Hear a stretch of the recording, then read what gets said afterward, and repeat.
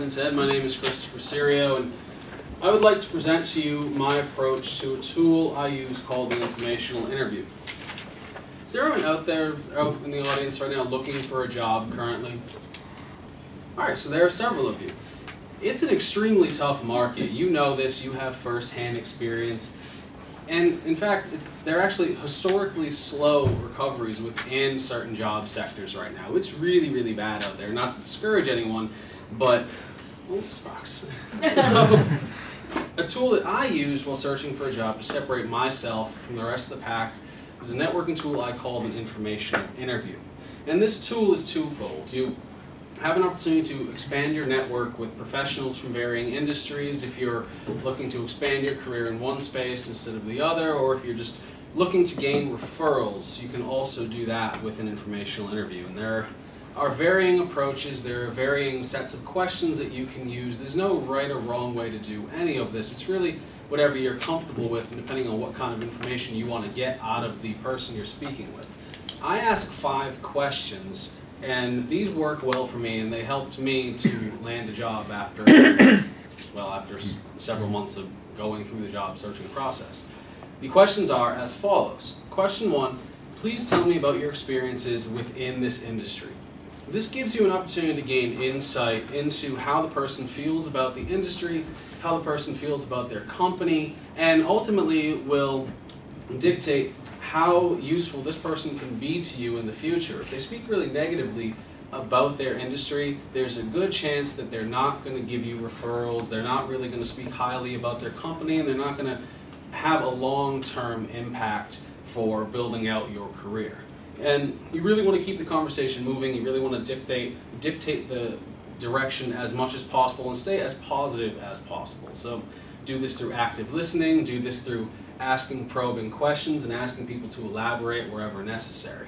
Question number 2, please walk me through your career path leading up to your current job. This gives you a chance to learn about other industries where the person has worked. So if you're interested in hospitality, you're interested in the financial sector, and you're not entirely sure where you want to land, there's a good chance this person has been within both of those places. So you can try to extract other names of companies where they've worked, other jobs that they've held, and really learn as much as you can about that person's path and how useful it could potentially be to you. Question number 3, please tell me about the company culture, employee turnover, and employee career path. This is a huge question because if this person doesn't like their office, if people at this office are unhappy, if they're only there for a few months, if there's no vertical movement within the company, there's a good chance it's not a place you want to apply to anyway. Maybe it's just a dead end, maybe it's a revolving door, people are there for 6 months and they're out. So it's, to me at least, it's very important to find out the culture, because the cultural piece is very important for, well, being happy in the office. Question 4, please tell me about the hiring practices for your company. This is going to give you insight into HR. So if this person has a good relationship with HR, if they speak really highly of the training at the company, of the fact that they hire based on referral, but they're always sourcing for qualified candidates, so on and so forth, there's a really good chance that you're going to get an awesome referral out of this person, because that means they have a good relationship with HR. Now, if they say immediately, oh, well, everyone applies to a jobs portal, you're not really going to get too far with HR, there's a good chance they have a really crappy relationship with their HR personnel. Therefore, a referral from that person isn't going to get you very far. It's a very political thing, but it's also very true when it comes to applying for jobs. And the 5th question, and this one is very important, it can be very tough to ask, is if I find a role that I feel that I'm suited for, matches my skill set, and I decide to apply, can I use you as a referral? A lot of people don't like to ask this question. A lot of people don't like to make the interviewee uncomfortable, put them on the spot. But the bottom line is the market is extremely difficult right now, and you need to do literally anything you can to separate yourself from the rest of the pack. So if you do this and you ask the question and they say no, so what? Questions 1 through 4, if you handled them properly, you learned about other industries, you got other names, you learned about other jobs they've had, and you can go start to source there as opposed to moving forward with a referral, which you didn't get anyway. But if you ask and you're successful, fantastic. You got yourself a referral, who knows? Maybe it'll pay off in a week, maybe it'll pay off in 3 months, maybe it'll pay off in 3 years. you never really know, but the point is, if you don't ask, you're not going to find out. So those are the 5 questions that I like to use when conducting an informational interview.